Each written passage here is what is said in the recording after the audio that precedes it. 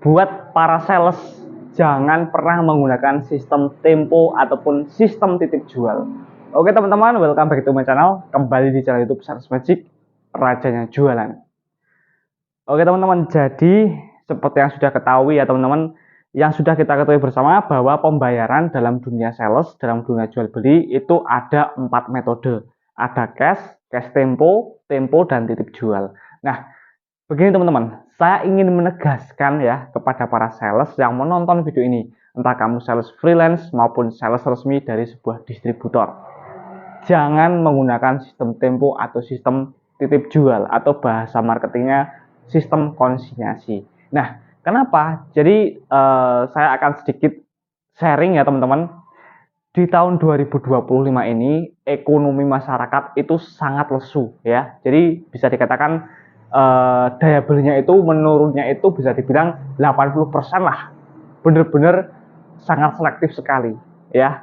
Entah itu sebagai pemilik toko, entah itu sebagai konsumen, semuanya itu sekarang selektif banget. Nah, bagi kamu yang seorang sales ya, yang menawarkan produk ke toko ataupun ke grosir, saya berpesan jangan menggunakan sistem tempo atau titip jual di tahun 2025 ini. Karena tidak worth it. Karena kemarin saya melakukan join visit ya ke tim sales dan tim marketing saya, itu ada beberapa data toko yang sistem pembeliannya adalah tempo dan titip jual. Saya cek produknya, produk saya cek ya, saya join visit, itu produknya tidak di display ya, udah 2 minggu harusnya jatuh tempo. Dari sekian banyak produk yang dititipkan ternyata tidak satu bungkus pun laku teman-teman ya. Jadi ini benar-benar sangat memprihatinkan sekali. Maka dari itu saya pun juga akan membuat video ya untuk para pemilik toko khususnya ya. Nanti akan ada beberapa part video tentang bagaimana sih cara etika ya, etika pemilik toko kepada sales yang sistem penjualnya itu sistem tempo atau sistem titip jual. Nanti dibantu share untuk para pemilik toko, para sales ya teman-teman, supaya para pemilik toko itu lebih menghargai ya kepada sales yang menggunakan sistem tempo ini. Bu, ini rokok saya laku nggak Bu? Nggak laku ya Mas. Lah rokoknya gimana Bu? Ini kok di display nggak ada? Itu ada di bawah Mas. Itu sangat menyakitkan teman-teman ya. Itu sangat menyakitkan. Itu nggak 1-2 toko ya, ada beberapa toko yang seperti itu ya. Jadi kalau misalnya menurut saya bagi teman-teman yang nyales, entah itu kelilingan sendiri, punya produk sendiri ataupun kerja sama distributor, nggak usah lah teman-teman spekulasi sistem tempo. Kalian modalin sendiri dulu, itu nggak usah teman-teman, karena sistem tempo ya terkadang toko tuh gini, ya udah kalau misalnya sistem, mau titip nggak apa-apa. Nah itu sebenarnya itu kalau istilah Jawanya itu hanya sekedar untuk ngelegake, hanya sekedar untuk membuat sales lega. Udah seperti itu teman-teman, produknya nggak bakal ditawarkan ya. Dari 10 toko yang dititipin pasti cuma 1-2 toko yang mau menawarkan produk kalian. Percaya sama statement saya. Saya pun mulai sekarang pun sudah tidak membuat sistem tempo atau titip jual lagi. Tapi walaupun seperti itu tetap ada pengecualian ya. Misalnya nih, ada pemilik toko yang sudah menjadi OA saya, sudah menjadi outlet aktif atau pelanggan tetap saya. Nah, kalau setiap saya ada produk baru, saya pasti kasih titip ya. Karena saya tahu, saya percaya dia itu karakternya mau menawarkan produk saya ya. Jadi harus benar-benar selektif banget teman-teman. Jadi sekarang pemilik toko itu selektif dalam memilih produk, konsumen juga selektif, kita sebagai seorang sales juga harus selektif juga ya. Kalau misalnya ingin menggunakan sistem tempo, titip jual atau konsinyasi kepada pemilik toko, jangan kita itu semuanya ditawari sistem tempo. Kalian menawarkan produk nih, terus ada kendala sedikit, ya udah Bu, saya titipin Pak. Kalau nggak laku besok saya tarik. Ya kalau misalnya seperti itu ya teman-teman, apa ya, bisa dibilang saya nyales sehari bisa menghabiskan 1 karton rokok teman-teman ya. Kalau misalnya model sistemnya tempo seperti itu sama titip jual ya, tinggal ya udah Bu, yang penting saya ada laporan di kantor, yang penting dicoba dulu Bu, ini sistemnya tempo, besok saya ambil. Itu nggak akan ada hasilnya ya. Karena apa, sebenarnya kalau misalnya toko itu meminta sistem tempo kepada sales, itu hanya ada 2 kemungkinan.